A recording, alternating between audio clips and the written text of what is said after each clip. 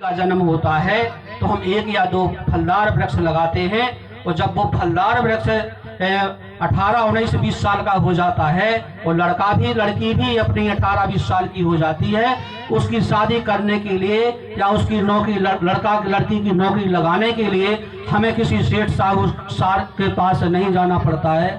तो उनने बहुत अच्छा ऐसा सुझाव आर्थिक स्थिति अपनी सुधारने के लिए उन्होंने ऐसा कहा था। तो ये शेयर में आप लोगों से कर रहा हूँ, माता बहनें जरूर ध्यान दें। बच्चे के जन्म होते ही 2 फलदार वृक्ष जरूर लगाएं।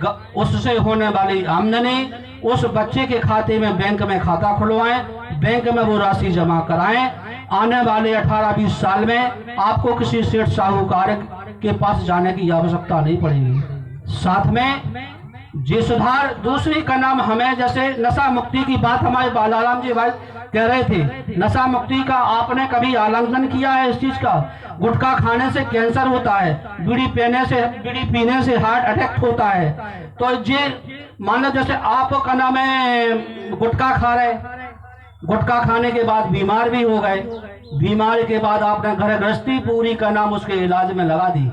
10 और 15-20 लाख जो आपके पास जैसे सक्षम है उसी हिसाब से आपने उसके खर्च में उसकी इलाज में लगा दिया।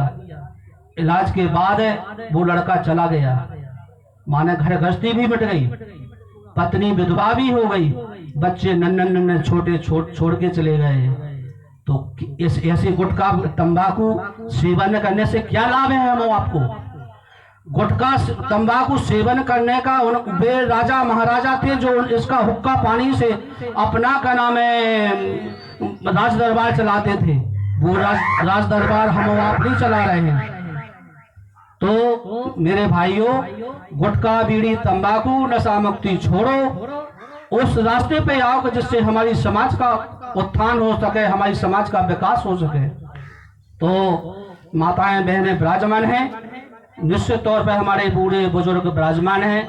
इन चीजों को अपन को बहुत ही गंभीरता से लेकर के समाज को आगे बढ़ाना है।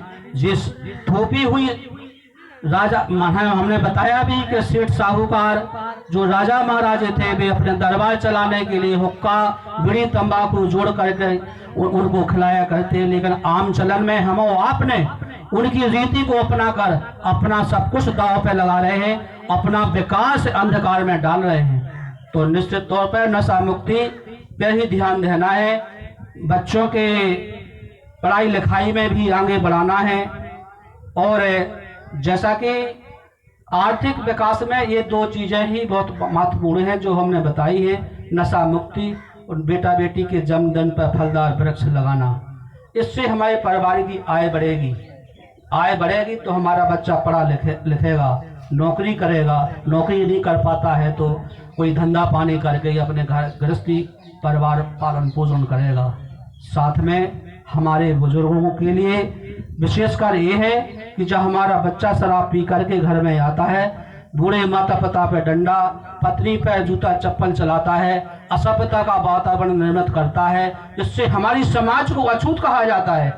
जब हम अपने आप को नहीं सुधार पा रहे हैं, हम जब शराब नहीं पिएंगे, अच्छे मन से अच्छे मानसिक रूप से अपने ऊपर विचार करेंगे तो निश्चित तौर पर वो परिवार सुखी रहेगा।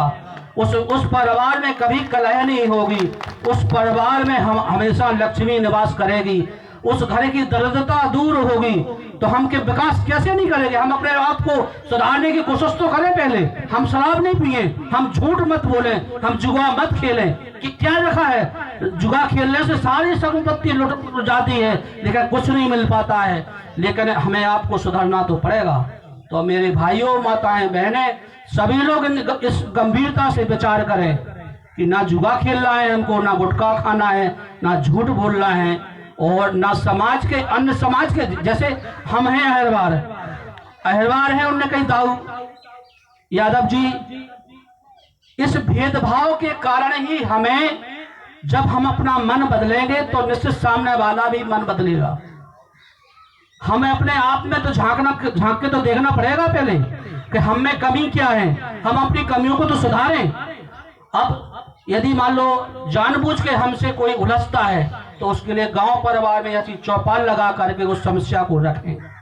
निश्चित तौर पर वो समस्या हल होगी।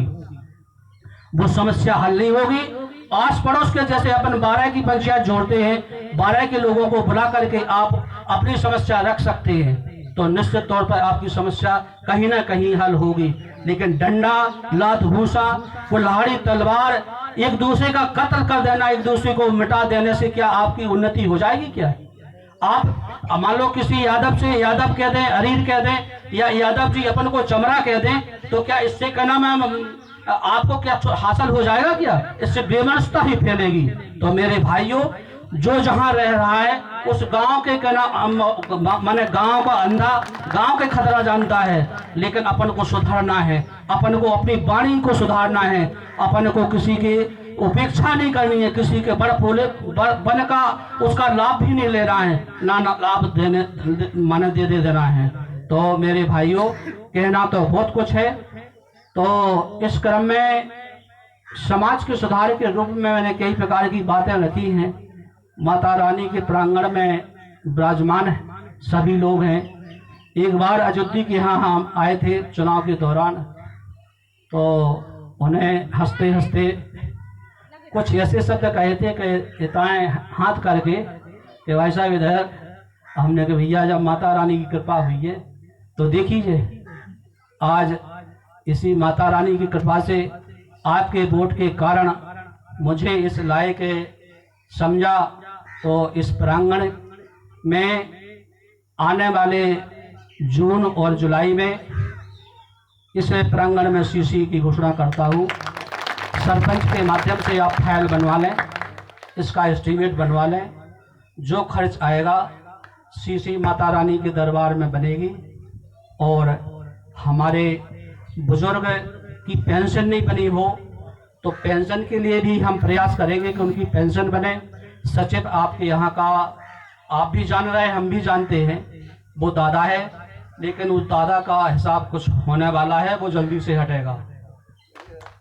माताओं बहनें और हमारे अयोध्या भाई जो पीड़ित हैं, उनकी दरिद्रता पे विचार हम करेंगे और कर भी रहे हैं। वो ये सोच रहे होंगे कि हमारे ऊपर भाई साहब का कुछ कृपा दृष्टि नहीं है। हमें पता है कि आप विकलांग हैं, आपकी पत्नी भी विकलांग है, तो निश्चित तौर पर आपका हम कुछ ना कुछ कहीं से न कहीं से विकास करेंगे।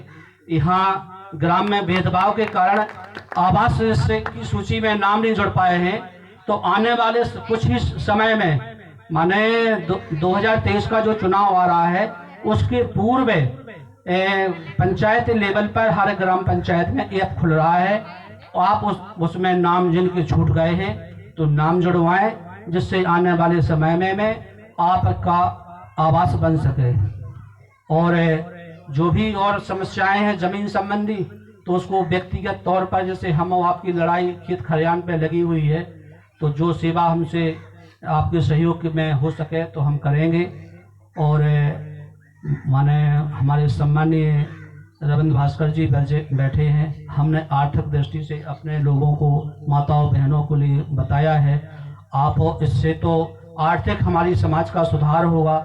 आगे आप हमारी समाज में हमारा विकास कैसे हो, अन्य समाज हमें उस दृष्टि से देखती हैं, और हमारा राजनीतिक विकास कैसे हो, इस पे हमारे भास्कर जी हम सबको अवगत कराएंगे। जय हिंद, जय माता दी।